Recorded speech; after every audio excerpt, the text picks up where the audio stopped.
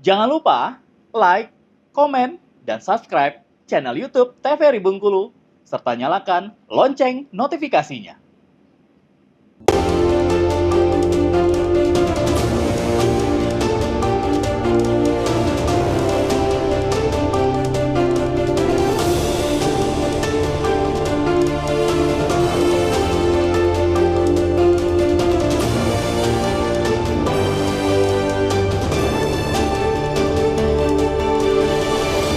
Kembali pemirsa di Berdo TVRI Bengkulu tentunya, dan tema kita masih membahas tentang membangun UMKM kuat, tangguh, dan juga naik kelas bersama dengan narasumber kita. Yang pertama ada Bang Ian Johannes Dalos selaku pengamat UMKM, dan juga ada Mbak Marina Rasyada selaku Kepala Wilayah Bursa Efek Indonesia Cabang Bengkulu. Nah, kita kembali berbincang dengan Bang Ian nih. Bang Ian, misalnya nih ya kan UMKM cuma jualan keripik singkong, bisa naik kelas nggak sih kalau menurut Bang Ian sendiri? Tentunya persyaratan kita harus melihat dulu persyaratan dia untuk bisa naik kelas. Oke. Tentunya kalau dia hanya mungkin penjual keripik singkong dan segala macam itu, tentunya ada aksesnya untuk bisa ke sana. Oke. Sepanjang dia punya kemauan dalam hal ini. Nah, tinggal lagi bergantung ada mau atau tidak daripada ini. Nah, tentunya tergantung daripada mindsetnya orang. Kadang-kala ada juga mungkin dia sudah cukup besar usahanya, tetapi mindsetnya belum mencapai sampai situ, juga sulit juga untuk ini.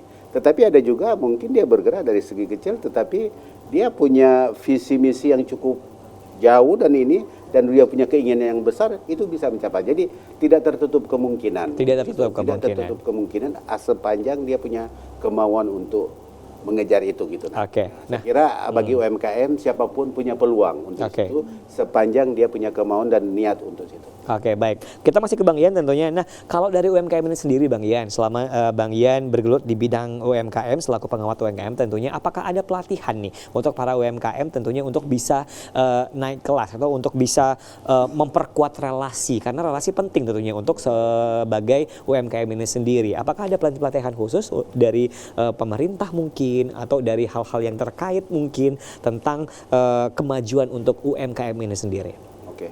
Berkaitan dengan mungkin edukasi terhadap pelaku-pelaku UMKM itu, pemerintah itu tidak hanya berdiam diri. Itu banyak program-program daripada pemerintah, baik itu dari pusat, melalui kementerian maupun daerah. Bagaimana penguatan terhadap UMKM? Tentunya melalui pelatihan-pelatihan. Nah, saya sendiri beberapa tahun yang lalu sempat memimpin instansi dinas koperasi UKM ini. Cukup banyak dan itu sudah saya lakukan itu gitu terhadap itu. Tapi itu kembali lagi kepada masing-masing individunya, masing-masing UMKM-nya. Ada yang memang cepat ketika diberikan pelatihan dia cepat menangkap, ada juga yang susah. Ada susah karena itu ada kategori-kategorinya. Tetapi saya melihat mereka punya kemauan yang tinggi, itu aja sih yang kita dorong. Nah, berkaitan dengan pelatihan-pelatihan itu tentunya pemerintah tetap memberikan peluang untuk itu. Bahkan melalui program juga Prabowo pada saat ini, Presiden Prabowo, UMKM diberikan kesempatan untuk mendukung MBG tersebut itu.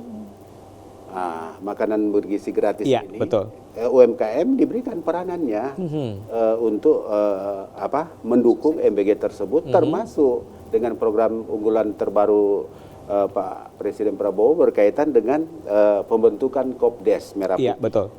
Nah, ada 12 kepentingan di situ, salah satu adalah di 12 itu adalah UMKM.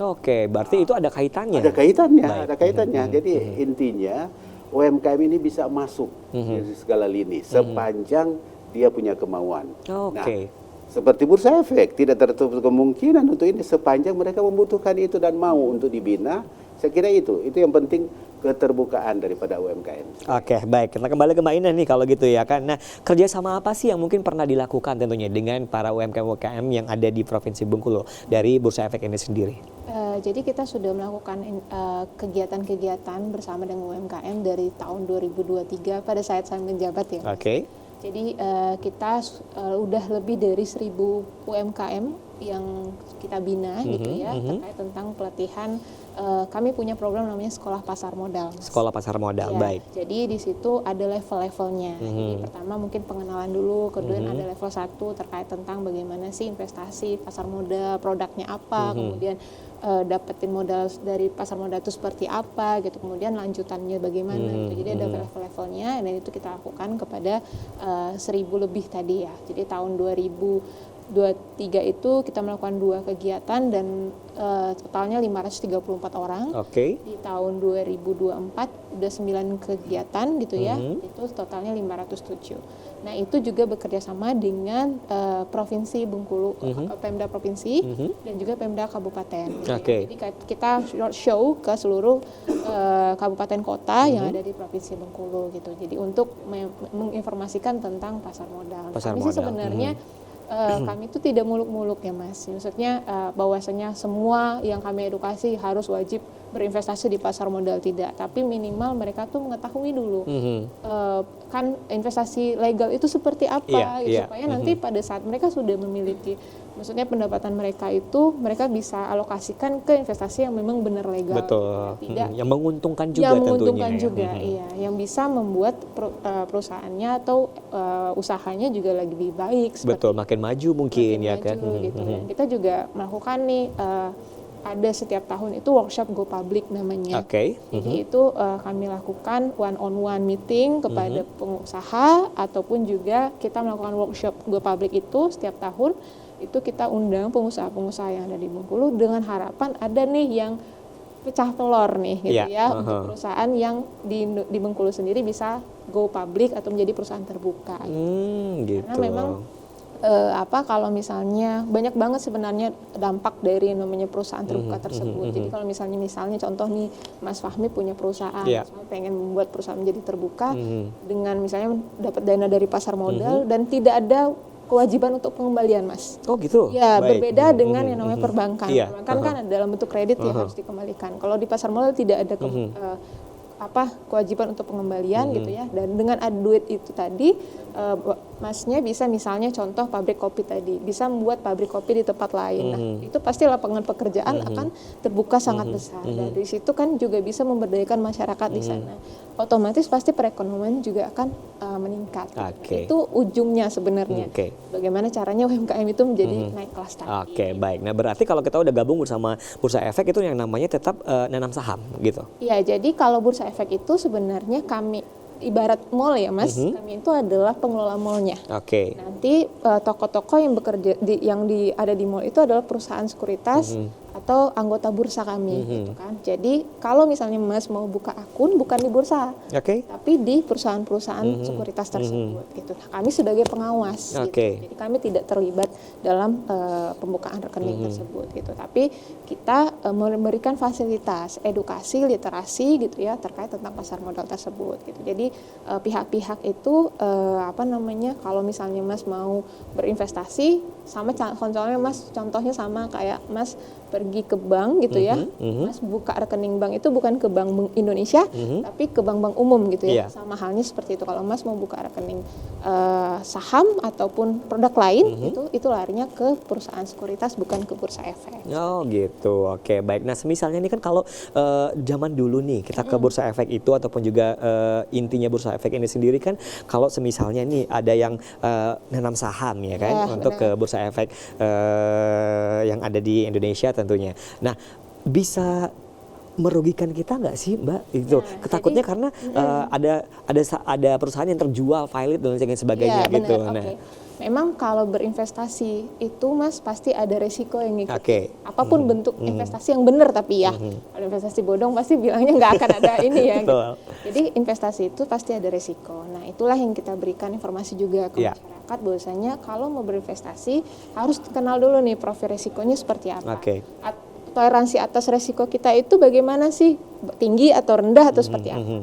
Nah dari situ kita bisa menentukan produk yang bagus nih yang mana nih gitu.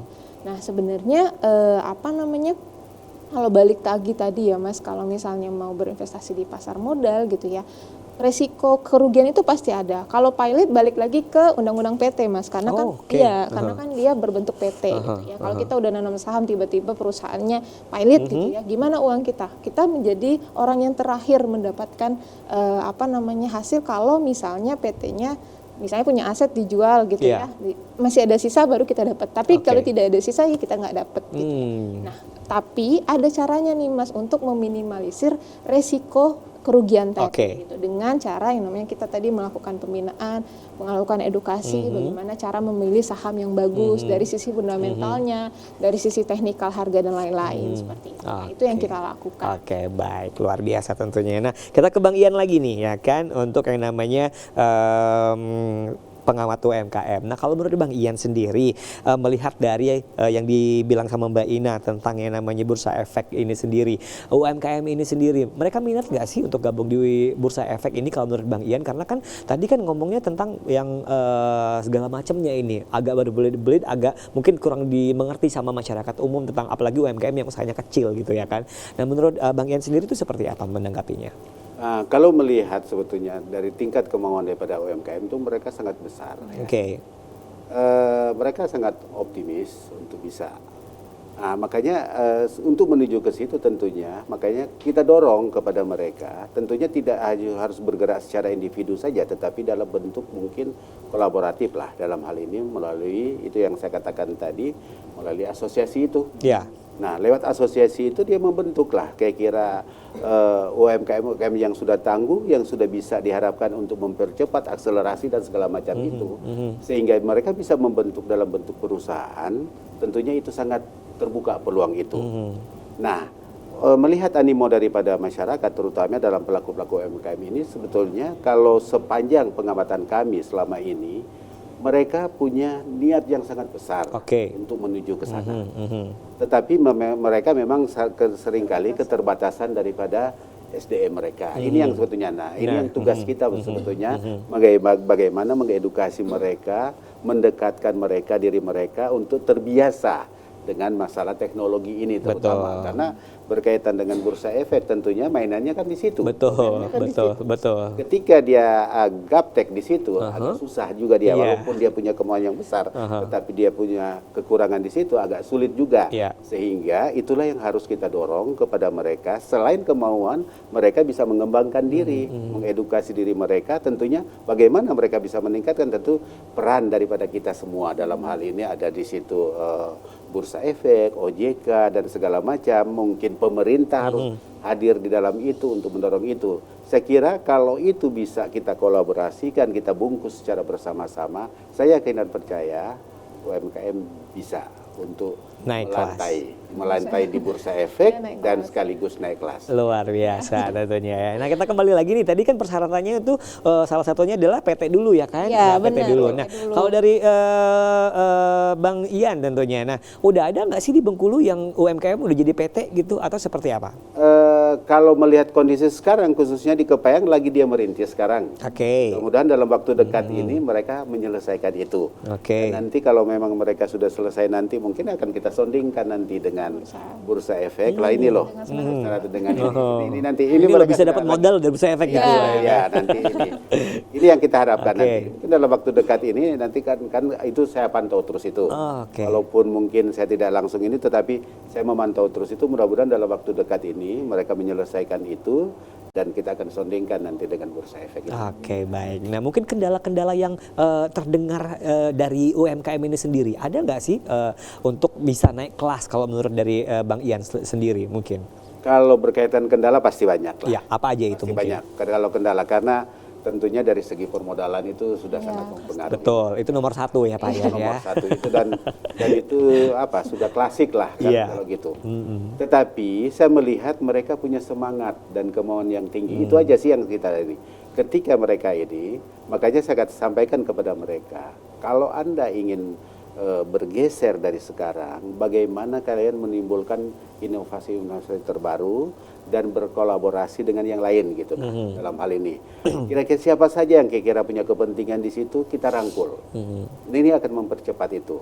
Nah, kalau berkaitan dengan kendala itu ya saya katakan tadi, berkaitan modal, Ya SDM juga itu. Iya, SDM penting juga, betul. Nggak bisa ditinggalkan karena terus terang aja pelaku-pelaku UMKM kita ini kan dengan latar belakang pendidikan yang ya boleh dikatakan namanya pelaku UMKM ada mungkin yang tidak tamat SD bisa. Betul. Tetapi dia melakukan satu usaha itu kan sudah termasuk UMKM. Betul. Nah ini yang harus ini. Makanya sekarang itu kalau ada pelatihan-pelatihan yang kita dorong itu generasi gen lah yang muda-muda, Iya. sehingga bisa lebih cepat menangkap itu. Kalau yang sudah usia-usia lanjut ini kadang-kala kita batasi itu. Karena terus terang aja mereka punya kemauan yang besar, semangat yang tinggi, tetapi dalam hal menangkap segala macam itu sudah kurang. Udah beda generasi ya Pak. Jadi generasi-generasi yang muda lah kita dorong. Baik, luar biasa. Nah pemirsa, kita akan ngobrol lagi bersama dengan kedua narasumber kita tentunya. Kita akan jeda iklan dulu, tetap bersama kami di Berdua TVRI Bengkulu.